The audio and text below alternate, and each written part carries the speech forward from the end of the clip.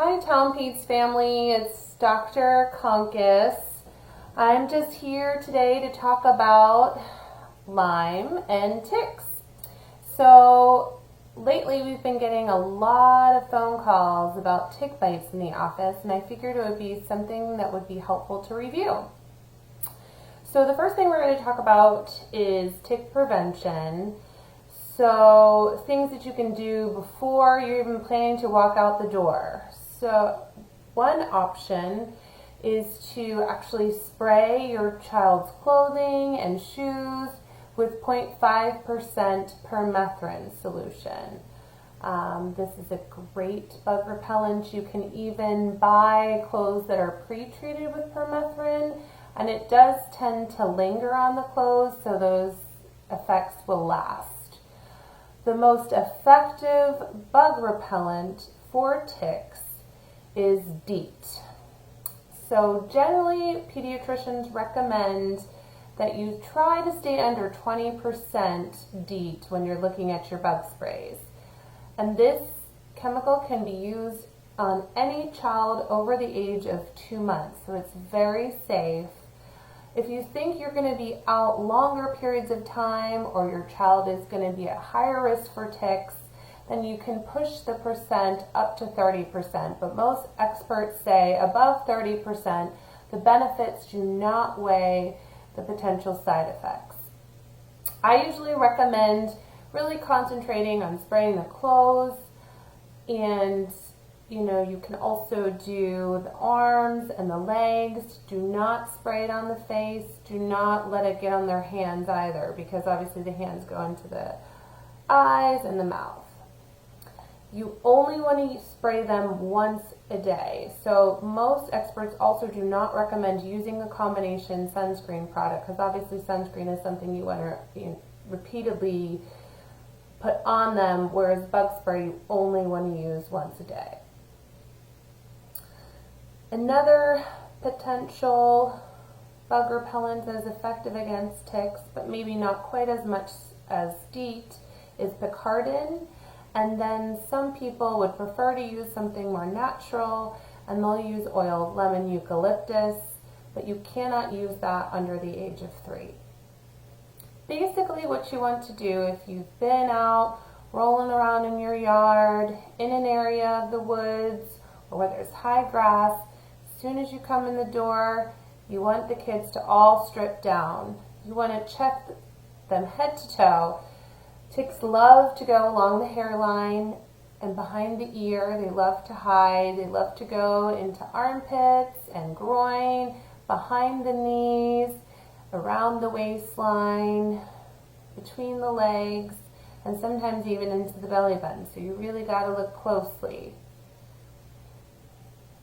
Experts even tell us that showering or bathing your child within 2 hours of coming in from being outside can lower the risk of Lyme disease. So that's what you want to do. You come in from playing, strip them down, do a tick check, and in the bath they go. It's also important to wash all that bug repellent off anyway. So when it comes to, oh my goodness, you find a tick on your child, the most concerning tick, and the one that's in the news, obviously for Lyme disease, is the black-legged tick, okay? I'm going to show you this picture. They're very small.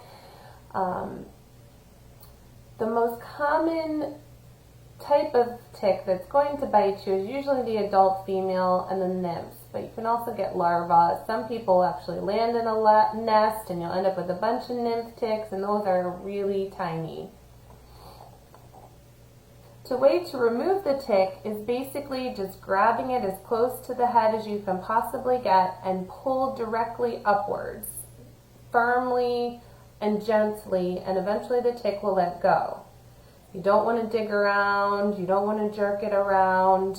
It's not good. If you see a little tiny black dot left in there, just leave it alone. I do not recommend blindly digging around there.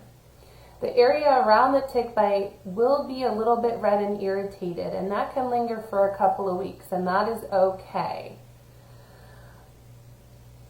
Generally, we do not recommend sending off the ticks for analysis because it's not going to really affect our judgment. And a lot of the labs that are testing ticks or seeing if they have Lyme disease or carry Lyme disease, they're just not standardized. So routinely we do not, so you don't have to worry about keeping the tick. The most high-risk tick bite is going to be one that you believe the tick has been there for more than 36 hours. It generally takes that long for the Lyme disease to be transmitted. So you can rest assured if you've gotten the tick right off and you've just come in from outside and it does not look engorged, you do not have to worry about Lyme disease. If the tick has been on there for 36 hours and you're pretty sure that's the case, the tick is very engorged, then we do generally recommend a one-time dose of doxycycline to help prevent the disease from beginning. You can go ahead and call our office and we'll proceed from there. This is generally recommended to be started within 72 hours of removal of the tick. So you do generally have some time before you need to give that dose. The incubation generally for Lyme disease anywhere from 3 to 30 days. It generally takes about 7 to 10 days for the rash to begin. And that is basically a bullseye rash that slowly increases in diameter. So it will grow. It's generally hot to the touch and it is not itchy.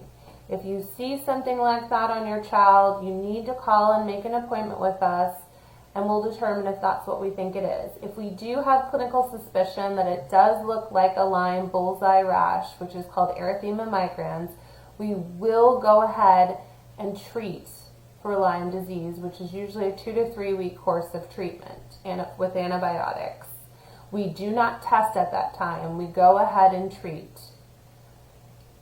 Unfortunately, the testing for Lyme, the antibodies, it takes about 2 to 3 weeks minimum for us to develop antibodies against Lyme disease. So there really is no benefit in sending off that test within a couple of weeks of the tick bite. If a child has more vague symptoms like fatigue or joint pain, and we're not sure if the child has been bitten by a tick, or there may have been a tick bite and people aren't sure if it's Lyme disease or not, then in that case the kid needs to come in for an appointment and we need to decide at that time if the child needs tested.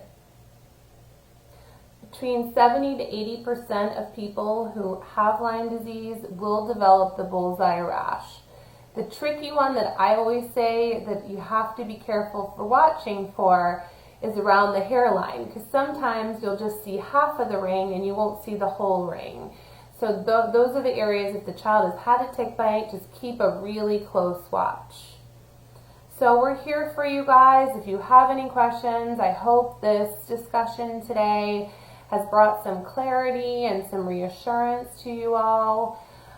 Please don't hesitate to call the office if you have any concerns or questions, and have a great summer.